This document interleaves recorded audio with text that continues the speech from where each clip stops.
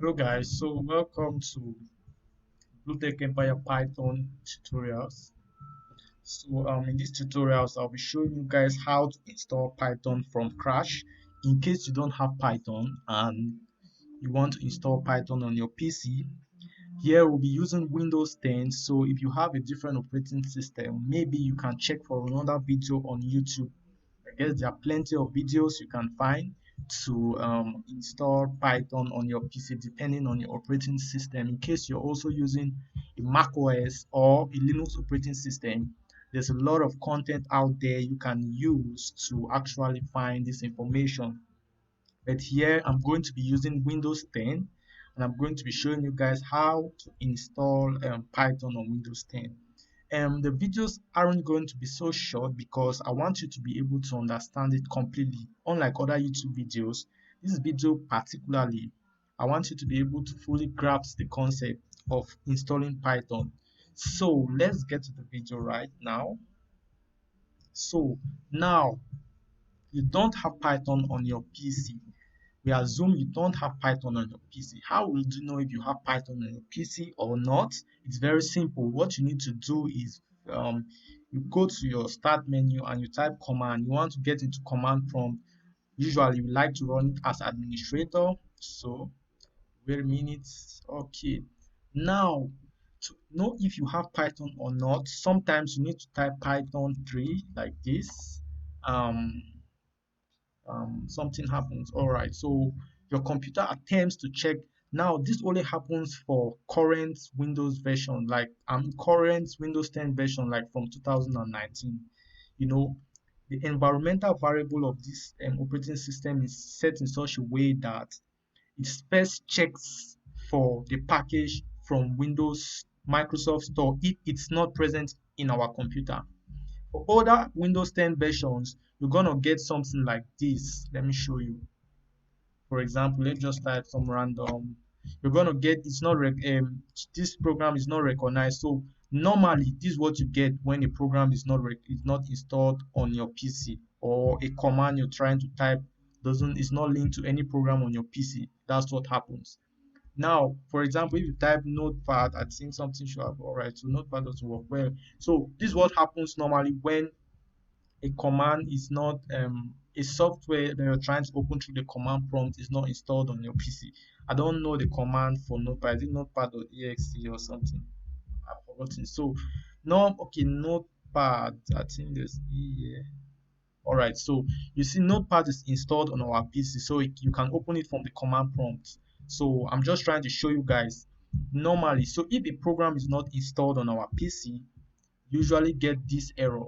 So Python currently, usually what we do is we type Python like this. Now our environmental variable is set in such a way that it first checks for in the Microsoft Store for Python. I'm going to show you guys how to change the environmental variable so that when Python is installed, opens the Python program on your PC rather than checking for the version on Microsoft Store. So now we know we don't have Python on our PC. So what we are going to do is we are going to search for Python online. I wouldn't advise you to, looks like my internet is broken. I wouldn't advise you to install Python from here.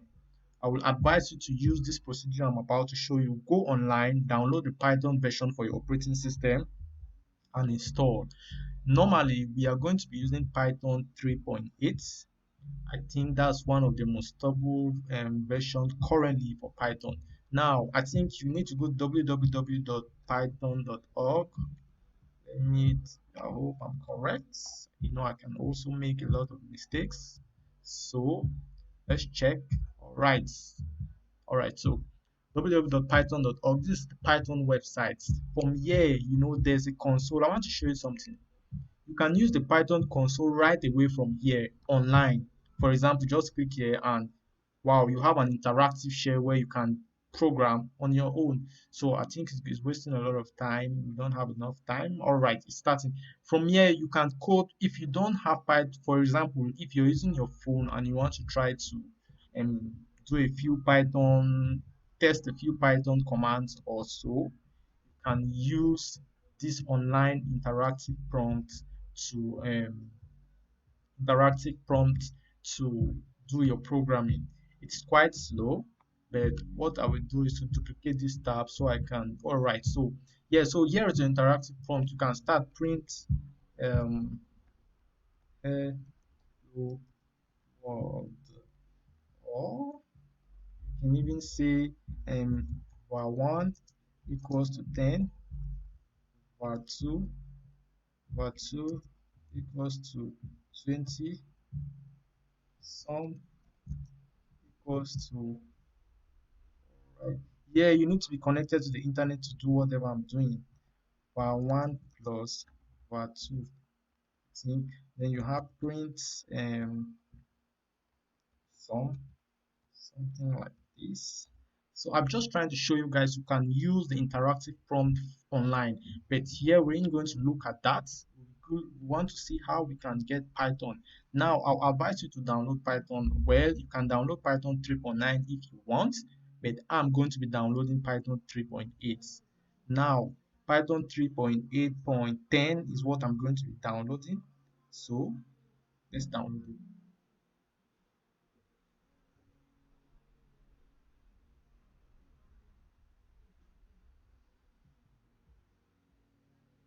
All right. So it's already gone. Yeah. So we need to select what we want. Now you have Python installer 32 bits for Windows. You have 64-bit for Windows. What do? You need to know your architecture.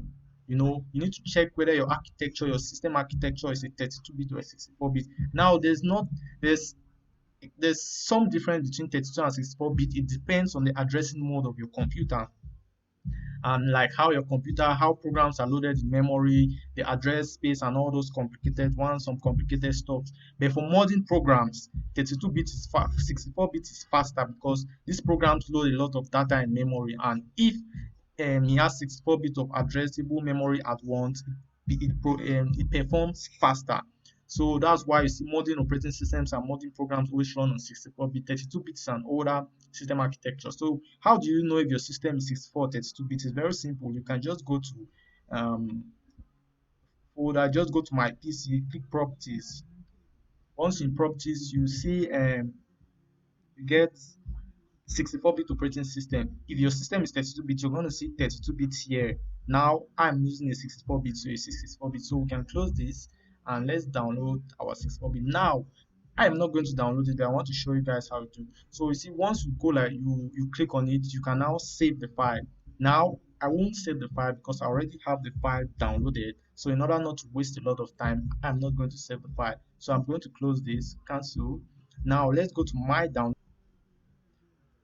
So let's go to my downloaded version of the file. Here is my downloaded version of the file, Python. So we're going to install it from here. Sometimes it's always good to run as administrator when installing Python. So I will advise you to right click and run as administrator because it may need to access like your drive C, or which you need to have admin access to those I don't know how to say, to those are important locations on your PC.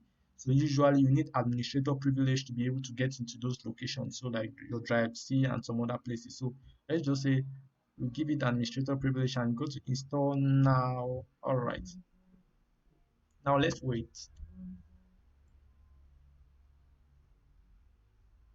We usually take some time, but it's not really so long. All right. So, Kinda. All right, so it also installs pip for us. Pip is very important. It helps us to install Python packages like matplotlib and all kinds of packages in Python. Pip automatically does the hard work for us. We just need to type something like pip install and everything gets installed for us. I'm going to show you later how to do that, but for now we just want to look at how to install Python and get it started. So now once you have this, you can close it. Yeah. Now next, what do? You can minimize this. Now we have Python installed on our computer.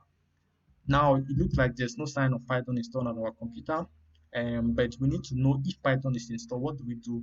We can close this command prompt window and open a new one, cmd, and run as administrator. Wait. Now let's try to type Python again. Wow, Windows Store still opens. That's because Windows Stores is the first location the operating system, that's Microsoft Store, sorry, is the first location the operating system checks for each time you type a command. If that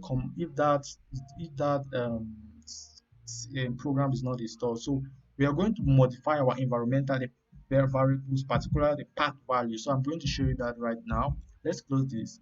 Now, to go to your environmental variables, you click on your Windows icon, and from there you go to, you don't need to click on Windows icon. You can go even to from file, go to any of your folders, click on this PC, go to properties.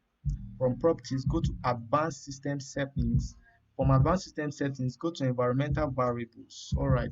Now your environmental variables, this is the variable, it's very important, the path variable of the environmental variable. So what we do now here is we double click it, or you can edit it, anyone. Let's just use edit. Now you see Windows apps is the first location. That's what I was trying to tell you guys. Windows app is the first location. That's because each time we type a command, it first checks the Microsoft Store. Here is the value that actually triggers that action. Now we don't want this. We want to put our Python above this. What do? Now we need to know the location of our Python. Now the python.exe is a specific file called the Python interpreter. Now let's find the Python interpreter. It's very simple. What do? You go here, you type Python. Now, we are not interested in opening the file. We want to know where, in fact, this is the Python interpreter, Python 3.8. So you can follow directly from here. Now, what do we want? We want to, you click this arrow, or you can right click and go to open file location. Now, if you look at it, you see this is still a shortcut. We are not looking for the shortcut. We want the location of the file itself.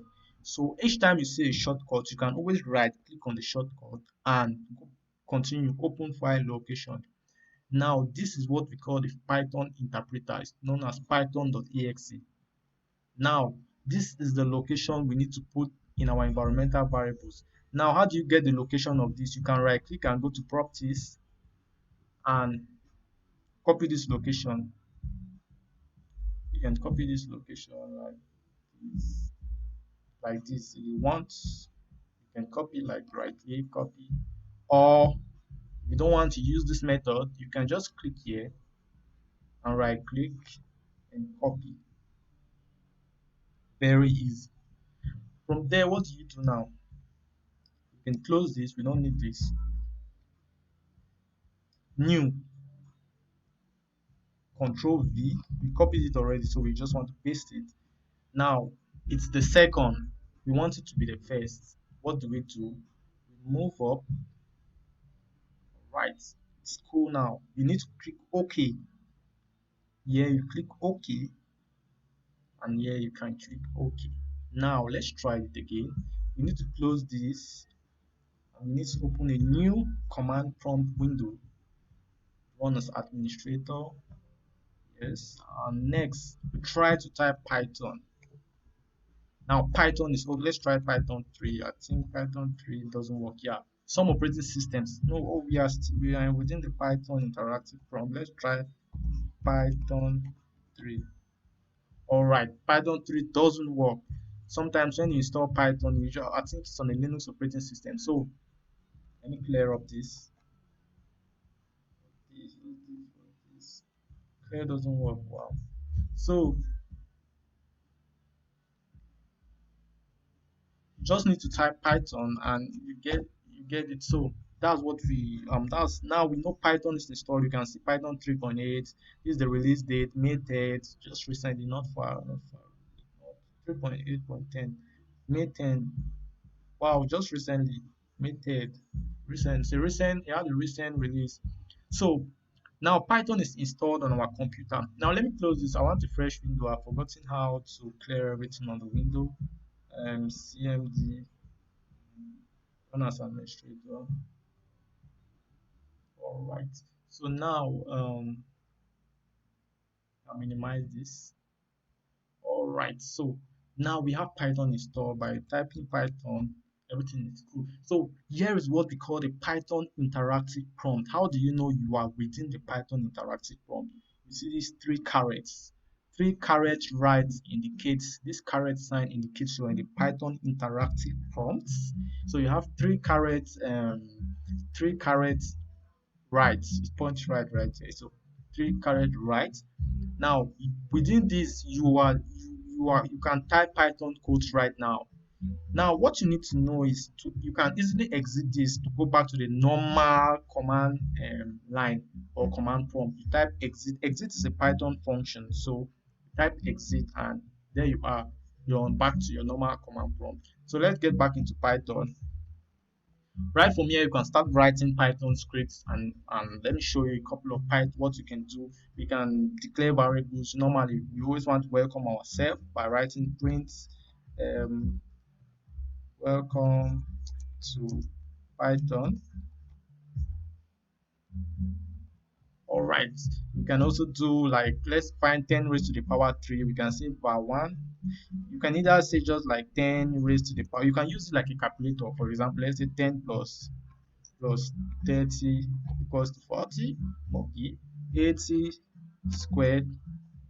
80 squared. All right.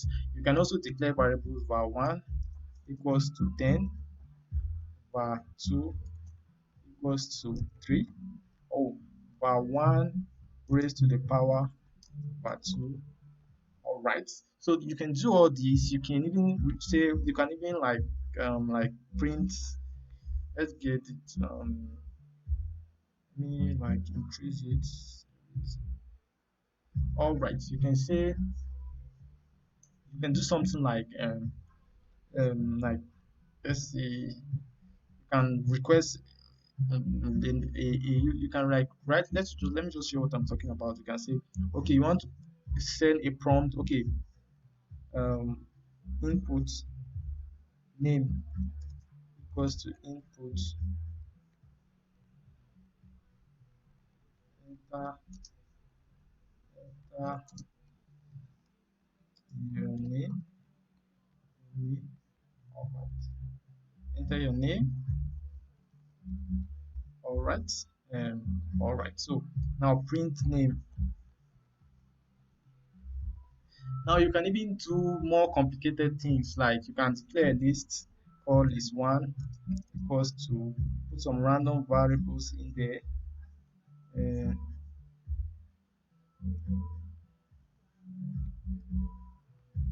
all right. You can do funny things with this. You can say you can print this one, or you can say let's just say you can do use the index operator list one.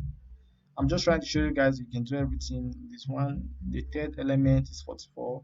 You can look for max of list one. You can look for mean of list one. You can even sum list one. You do a lot of these stuffs. You can even multiply, like you can even create another list that only extracts even. Let's extract the even numbers or all numbers greater. Let's just extract even numbers from list one. List two equals to um, x for x in. I'm using list comprehension here in list one if x mod 2 equals to 0. Hope this is correct. Print list 2. All right, so you see the only even number in list 2 was 44. So that's just list comprehension. We can even do something a little bit complicated. Let's print the square the square root of all numbers in list 1. For example, we can say for x in list 1, uh, print the square root of x raised to the power half 1 on 2. Have what square root is. So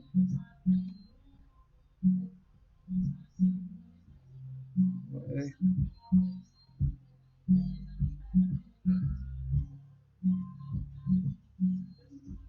let's see.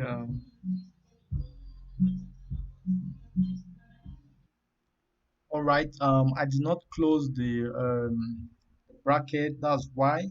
So I did not close the bracket. That was not good. So that is it. Yeah, normally that wasn't so correct. Let me show you a correct way to do it. Let me in this case, let me print the square of all values in list one. Want to print. I made a mistake initially. So x squared. I think x, yes, something like this. Yeah.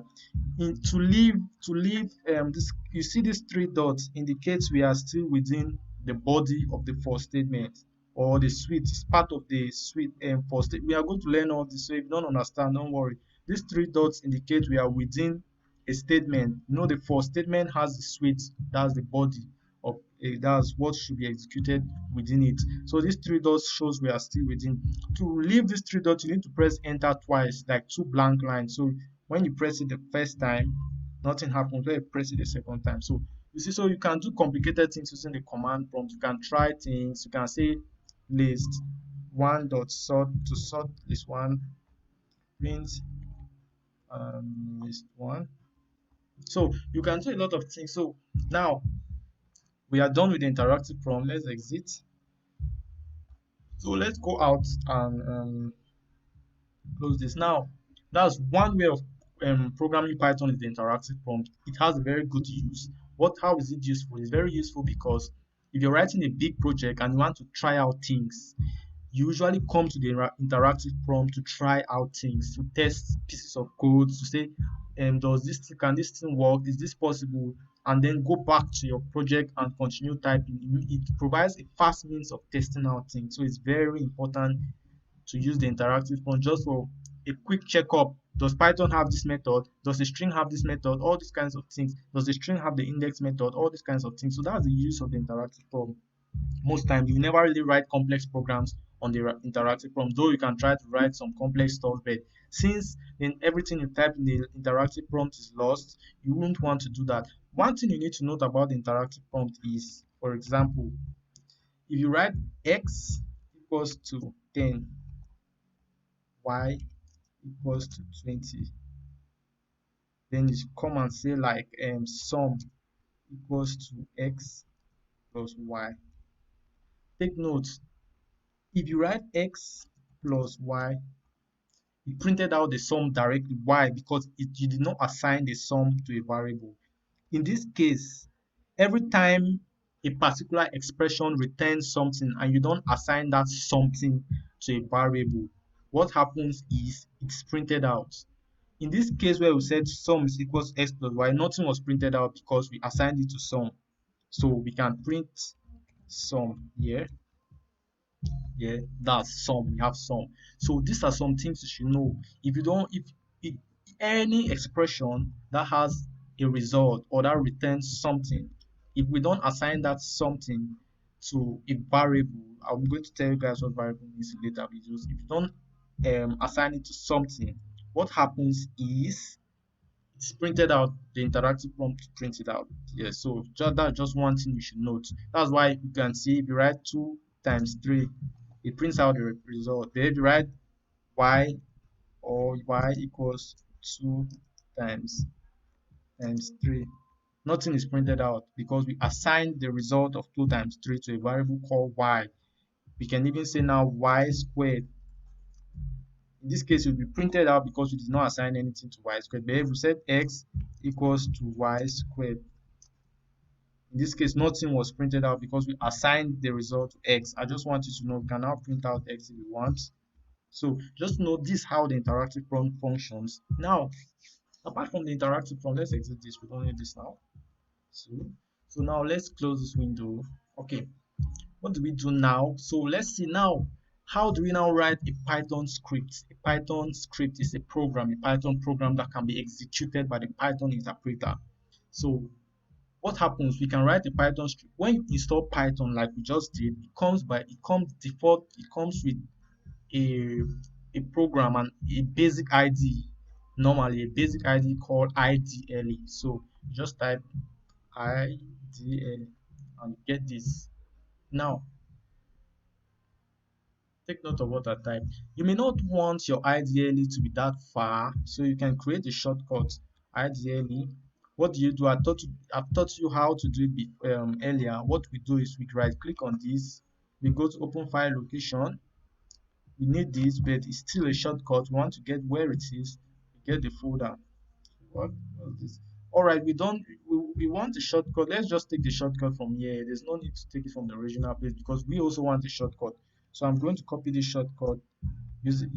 Remember, don't drag and drop. You know, it's the system needs this here, so don't drag and drop. Always copy using control. We want this control copy or control C and paste using control paste, or I mean right click paste or control V. So we have it now here, so we can open it directly from here. We don't need to. All right, so now here is some sort of a kind of interactive prompt, but it's not really an interactive prompt because it's not actually a shell. For example, you can go up, go down, go backward, go forward. That's not possible in a real shell. So or a command line shell, you understand. So here you can still do all the same things we have been doing. Like we did in the previous parts. I will not waste a lot of time here. It's the same stuff. Just it has coloring to it. As you can see, there's some color, so at least you know what you're doing. Def some x y. You can create the and you say return x plus y. You can say now call sum my sum equals to my sum equals to sum 10 20. Yes, print I just declared a function called sum that actually takes two arguments and returns the sum of those two arguments x and y. So in this case now we call the function, you call it a routine or whatever, but I usually call it a function. So print, so let's see, print 30. So just the same, I'm just trying to show you it's similar to what we did in the past. You can still declare a list, list equals to this, let me say comma this, comma this, comma this, comma this, and comma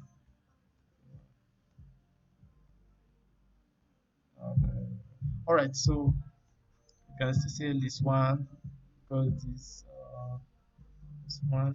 So some this one.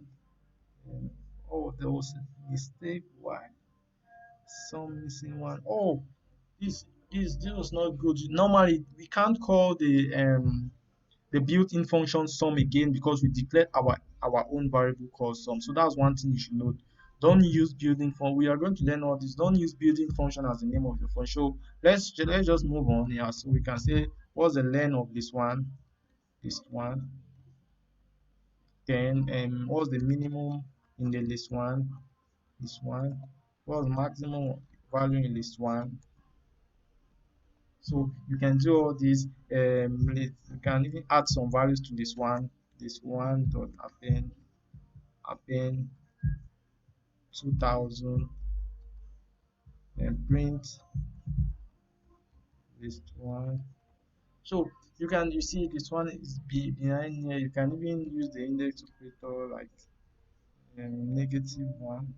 The last item in this one, you can use find the first item in this one is 0. So you can do all this. So I'm just trying to show you guys that it's possible. You can even add this one plus another list, this one plus this plus 2,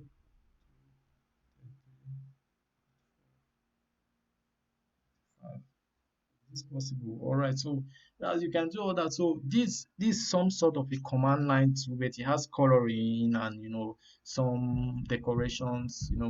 So In this case, now we can, what's another, you can now create, how will we create a Python script in case we want to want to write a Python program that does something?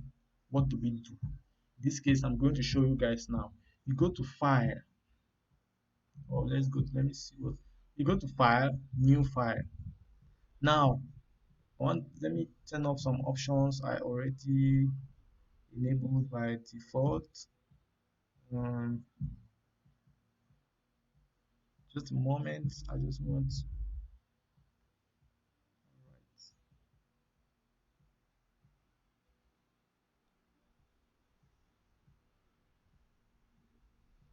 right. So now when you, this is what happens when you open a new file, new file. This is your first time to install this. This is not my first time to install this, so there were some settings I'd already changed. So if this is your first time to install this, this is what you get.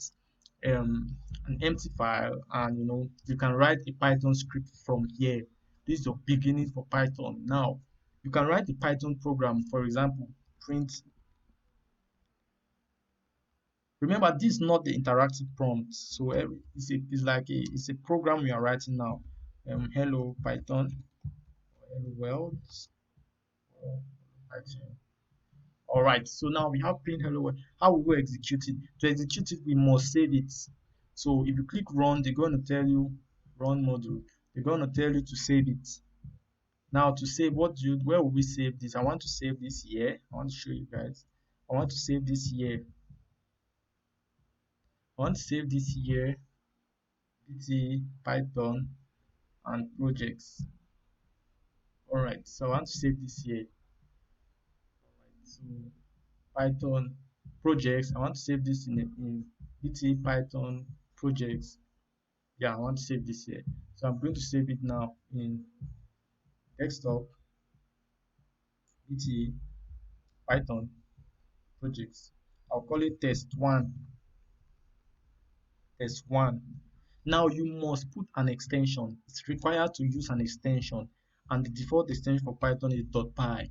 This extension is very important because it helps interpreters, IDs, text editors to recognize the file is a Python file. Usually when they recognize the file, they are able to show you word completion and other stuff for maybe errors on the code and some other stuff. You give them the .py extension helps a lot of softwares to detect this is a Python files, and it changed the way they handle the file. I'm going to show you an example later on. So usually end all your names with .py. Some IDs will do this for you, but it looks like IDL doesn't do this for you. So make sure you end your file name with .py and you save it right now.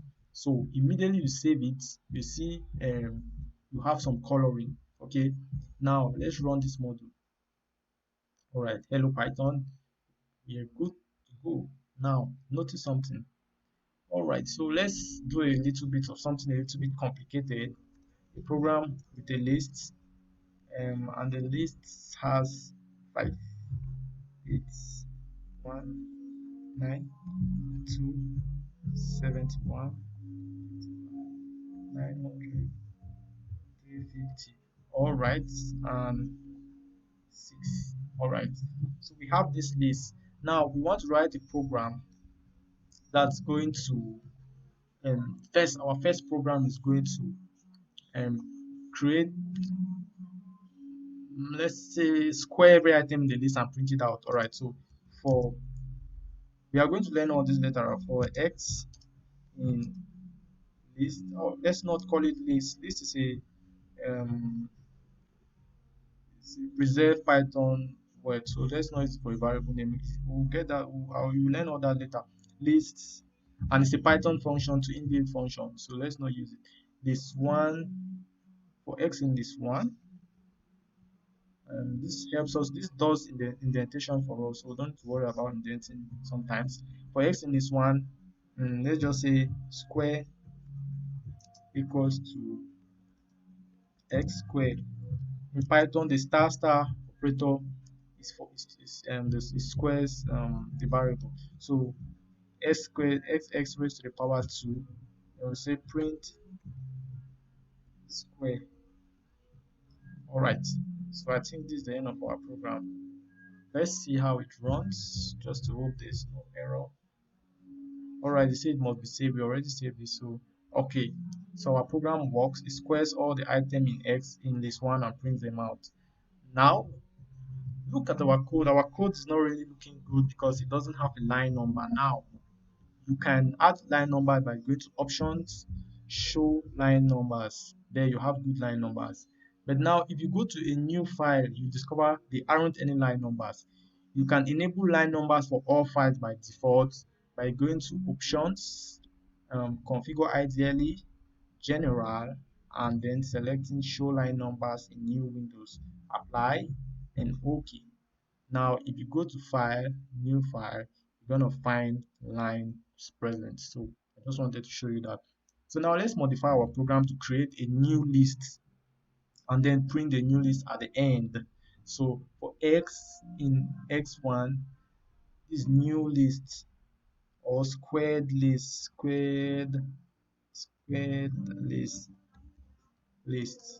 equals to, we create the squared list.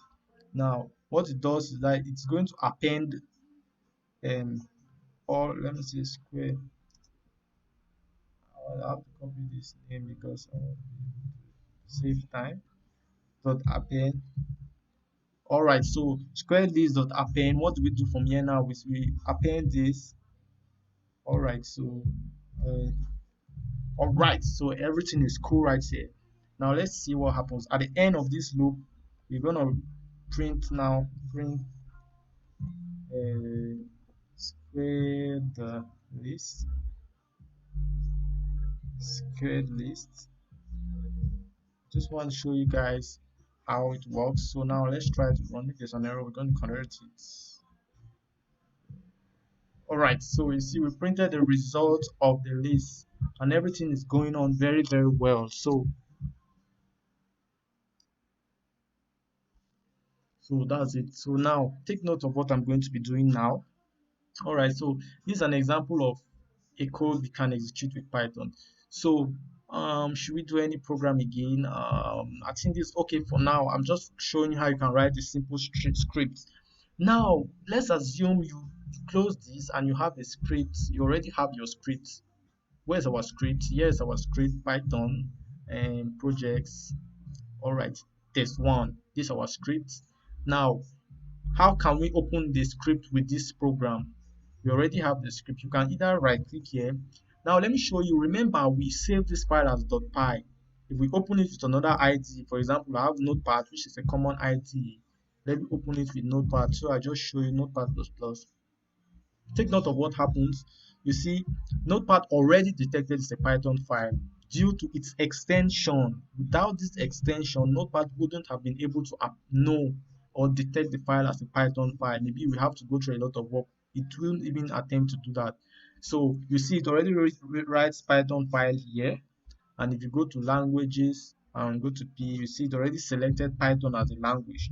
So that's one of the uses of using an extension. Very, very, very important to use extensions for files. Each time you're creating a file, a lot of IDs depend on the extension, and Python itself depend on the extension. So I just wanted to show you that. Now let's say we want to open this test file with ideally Python. What do? We right click here, we go to edit with ideally Python directly. It works. You can run it. That's it. All right, that's one way of executing Python, but you don't always have this. You may not really have ideally. Just say you have Python installed in the Python interpreter, like it's done on a Linux operating system. You always need to use the command line usually to execute programs. How can we use the command line to execute this Python program? It's very easy. What we do, we go to cmd, and I'm going to show you the hard way and the simple way. This is the hard way. Run as administrator. Yes. Oh, yes. Now, what we need to do is we want to execute this test file. We need to go first to the location. That's a little bit stressful, and I'm going to show you guys how to do it. If you're used to Linux operating system, you're going to understand. You're going to know how to do it easily. We just need to know first where we are by typing ls, for example. Oh, I've forgotten the. Sorry, I'm used to Linux D. Oh, a lot of stuff. Where are we? Where are we?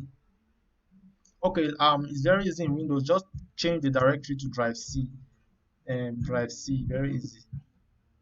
All right, we know we're on drive C now. We can type ls, sorry, d. You know, these are the correct. So we want to go to users. Um, you need to know the procedure to go here. So if it's your PC, you know the procedures. If you click here, you're going to see the path. This is the path. Users, Microsoft Desktop, BT. In fact, let's follow this. So you're gonna see. All right. So we're going to change the directory to oh, it's actually disappeared. All right. So let's first list. Let's see what is in. Let's go to users first. So we're going to go to change directory and users. We are users now. You can check what is in users directory. You see you have Mr. Microsoft. You can see change directory then you complete. You use tab to for completion Mr. Microsoft. You can check what is inside Mr. Microsoft by using the D command. We see we have stuffs. We want to go to desktop because remember there's a folder on the desktop. We go to desktop by going to change directory D desktop. We check what is in desktop. We see we have Python. We are looking for BT. So we go to change directory BT BTE and we look again. Let's check again. What do we have? Let's check by using dir. We have now Python. So we change directory Python. Let's check if we can see our file. All right, and projects. We change directory. It's quite long. Projects. Let's check what is inside here. All right, finally we get our file. Now to execute our file, we just need to type the Python command followed by the file name test. That's it. That's our file. We have executed our Python script. Very, very easy. Now this is a long method, so if you want to do it, want a short method, go to where the file is located. This is where the file is located. Use shift on your keyboard and then right click. You're going to see, where am I? Shift right click. Yeah, when you use shift right click, you're going to see open PowerShell here. Now PowerShell is just like the command line, but it's similar. It's designed in such a way that it's very powerful. That's why, of course, it's called PowerShell. And you can use sometimes both Linux commands and Windows commands. For example, the ls I was trying to do is this list directory content. You see, it shows us our file. I can even go backward. I can go backward. So ls see. So we can use Linux commands. So in this case, so we when we shift and open, let me do it again so you guys see. Now shift and we open PowerShell. It opens right to where as you can see, it actually opened right. It opened what we're trying to do in the past. We don't need to pass through all that process. It opens to the folder. It opens a shell to the folder to our current folder. So we can immediately type Python here, followed by test one. You can, if you don't want this, you can remove it. This just means current directory. You understand? So Python dot means the current directory. Then you use now the separator and this. So this, we have executed our Python file both from the command line through IDLE and all. I've shown you guys how to create Python scripts through IDLE and all that. So I think with this is the basic introduction to how you can code in Python. If you are actually someone who just want to design a Python script without passing through IDLE, you just want to be very active. Maybe you want to use something like Notepad++, or you are so smart and you want to use something like a text editor. You can just create it and write test2 for example. But sometimes we will not advise you to do this. Let's edit with Notepad++. Usually it's better for me. um let's say we want to execute. Let's save as file language. Let's save it as a .py file first. We are doing a raw method of writing a Python script, so save as text one, all files, Python, where's Python? Python, all right. Py. All right, so we have saved it as .py. Let's cancel this one and delete. All right, so now test two. Now let's create a raw Python program. This is a very simple Python program. It asks us for our name, asks us for our ID, and it prints hello, welcome to this. Your ID is this. So first, it takes the name, create a variable called name.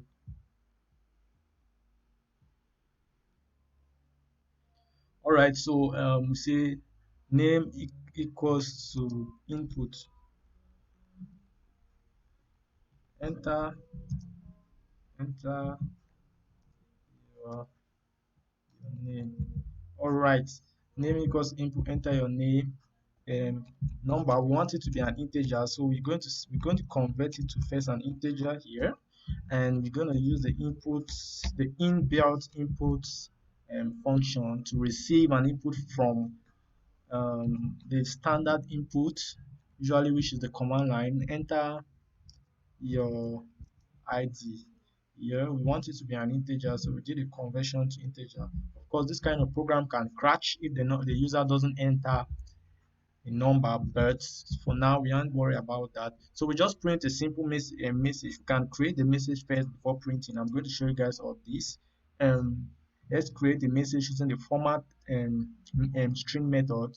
So what's it? We say um hello name.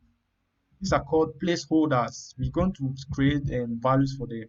So hello this and welcome to, sorry, tech empire. Um, your your your um, ID is this, comma.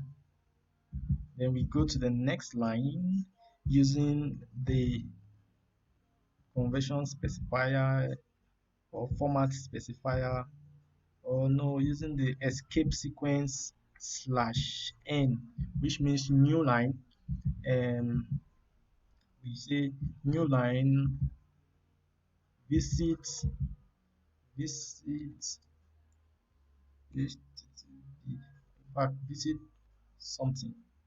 All right, I think we are cool. Yes, for more info. Yes, so I think we are cool here. Now we say dot format. It's not supposed to be long like this. Let's just, so let's have our URL here. URL equals to https www.com.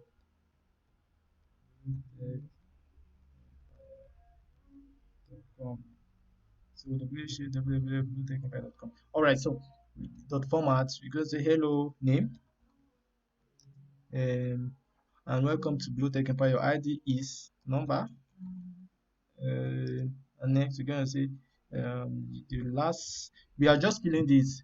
The first placeholder will take name, which should be whatever the user enters as a name.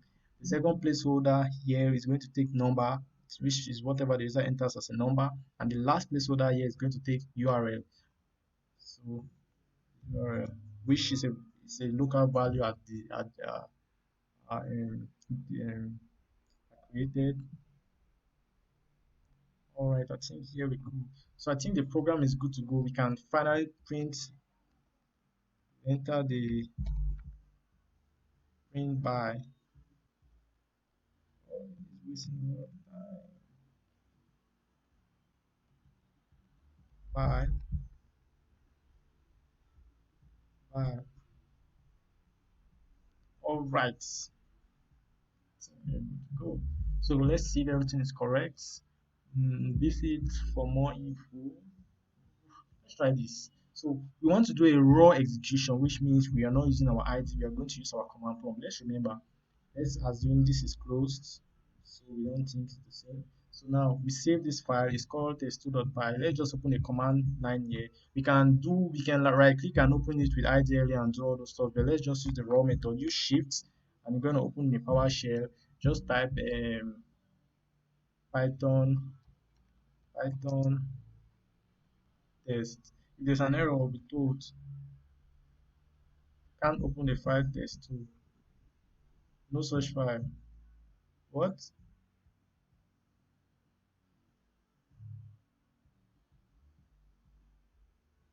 Let's do. All right, we need to put the extension. Sorry, I was shocked. All right, test2.py and enter your name. And we needed to do some correction in the file, so I'm going to cancel this. Let's just do some small modification. Enter your name should have a colon here. Yes, so I think that's okay.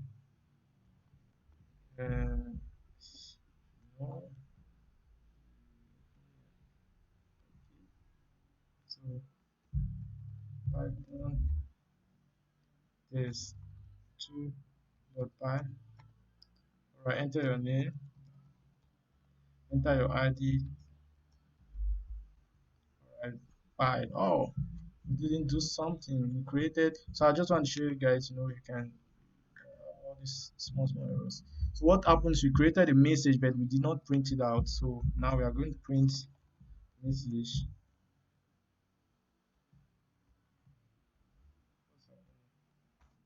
Print message.